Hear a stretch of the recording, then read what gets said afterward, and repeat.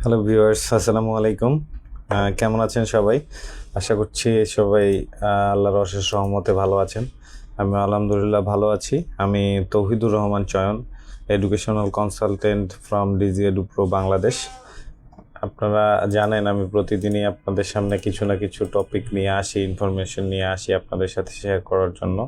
তো আজকেও সেরকম নতুন একটা টপিক নিয়ে এসেছি, ইন্টারেস্টিং টপিক, যেটা আজকে এটা নিয়ে আলোচনা করব। যদিও এই বিষয়ে আগ্রহ অনেক বাংলাদেশি স্টুডেন্ট এবং গার্ডিয়ানদের আছে আর কি এই বিষয়টা নিয়ে। তো প্রথমে টপিকটা আপনাদেরকে জানিয়ে দিয়ে রাখি।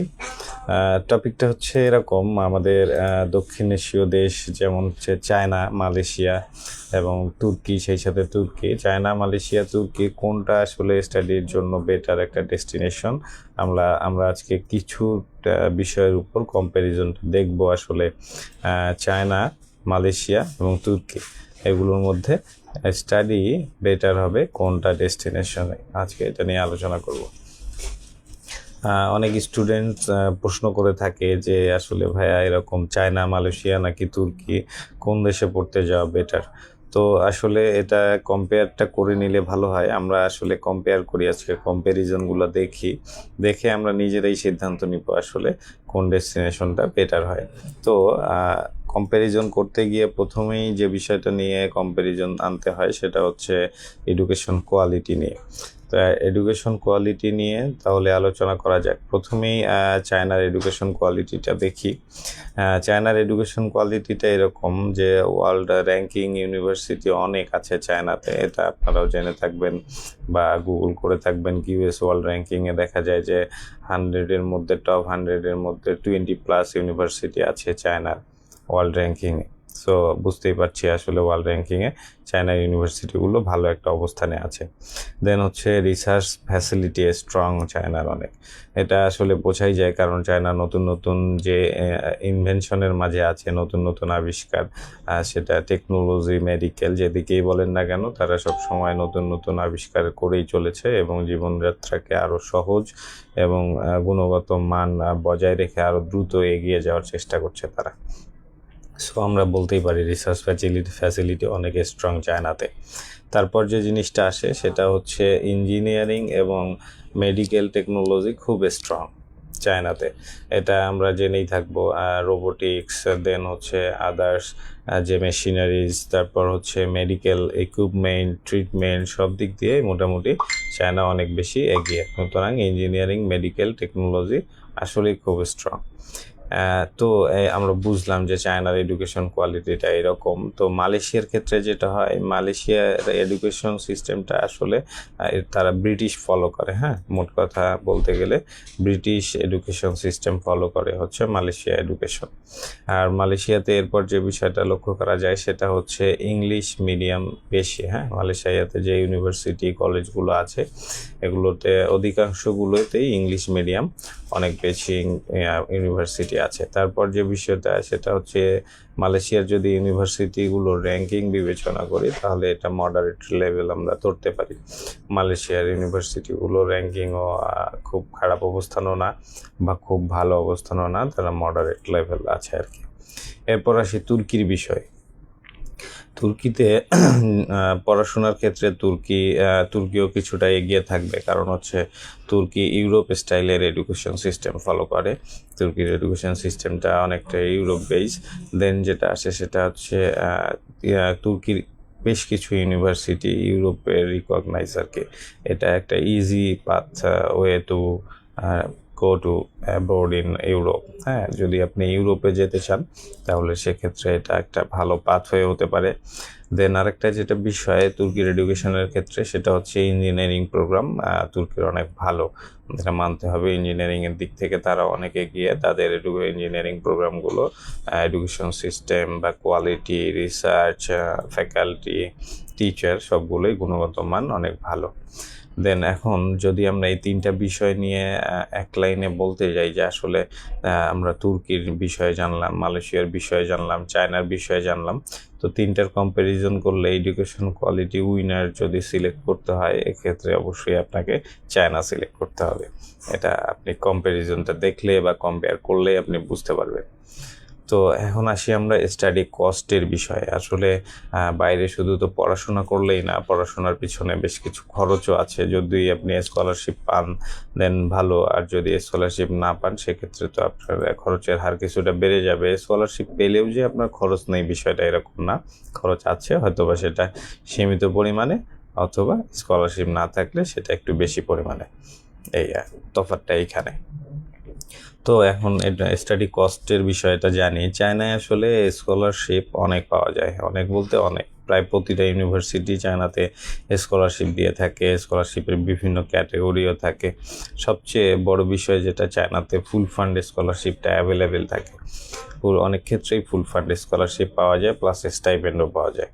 সো বুঝতেই পারছেন স্টাডি কস্টটা কত কম। দেন যদি লিভিং কস্টের বিষয়টা হিসাব করি স্টাডির পাশাপাশি চায়নাতে, তাহলে এক্ষেত্রে এটা আসলে সিটি ওয়াইজ ডিপেন্ড করে। এক এক সিটিতে এক এক রকম হয়ে থাকে চায়নাতে। টপ যে সিটিজগুলো আছে সেগুলো হচ্ছে একরকম, যেমন বেইজিং, সাংহাই, এগুলোতে খরচ তুলনামূলক হারে অনেক বেশি হয়ে থাকে। আদার্স কিছু সিটি আছে লাইক গুয়াংডং, আবার কিছু অন্য প্রভিন্স আছে যেগুলোতে খরচ তুলনামূলক অনেক কম। তারপরে যদি আমরা অ্যাভারেজ হিসেব করি তাহলে অ্যাভারেজ একটা ধারণা এরকম হবে যে সিটি ওয়াইজ আপনার 200 থেকে 400 ইউএসডি খরচ হতে পারে লিভিং কস্ট। দেন এখন যদি মালয়েশিয়া আসি, মালয়েশিয়ার যদি স্কলারশিপের চিন্তা করি তাহলে সেটাও রিলেটিভলি বেশি আসলে। হ্যাঁ, এর পাশাপাশি যদি আমরা লিভিং কস্ট নিয়ে বিবেচনা করি, মালয়েশিয়ার লিভিং কস্ট নিয়ে, তাহলে আমাদেরকে মানতে হবে এটা 300 থেকে 500 আরএমবি। হ্যাঁ, তারপর এখন যদি আমরা তুর্কি নিয়ে আলোচনা করি, তুর্কির বিষয়ে, তাহলে তুর্কির আমাদের এডুকেশনটার, এটা আপনি স্কলারশিপ নিয়ে আলোচনা করলে সেটা টিউশন ফিটা এটা মাঝামাঝি রাখতে হবে আপনাকে। আপনি হয়তো বা স্কলারশিপ ফুল নাও পেতে পারেন, এখানে 50%, 30% পাওয়ার চান্সটা বেশি থাকে। তো টিউশনটা আসলে আপনারা মাঝে মাঝে হিসেব করে নেবেন। দেন যে বিষয়টা লিভিং কস্ট আসে, এটাও আর কি মডারেট অ্যাভারেজ লিভিং কস্ট। তো এদিক থেকে যদি কম্প্যারিজন উইনার আমরা চিন্তা করি যে কস্ট উইনার আসলে কে, কোথায় কস্ট রেডিউস হয় অনেক, কোথায় আসলে খরচ খুব কম হয়, অল্প খরচেই আপনি পড়াশোনাটা আপনার কমপ্লিট করে ফেলতে পারবেন, এ ধরনের যদি আমরা চিন্তা করি তাহলে আমাদেরকে চায়না সিলেক্ট করতে হবে অবশ্যই। এরপর আমরা আলোচনা করি যে ইন্টারন্যাশনাল ভ্যালু নিয়ে। আসলে কোন দেশের ডিগ্রি ভ্যালুটা ইন্টারন্যাশনালি বেশি, বা কোন দেশের ডিগ্রিটাকে ইন্টারন্যাশনালি অনেক বেশি ভ্যালু করা হয় বা ভ্যালু করা হয় না, এই বিষয়টা নিয়ে আলোচনা করি।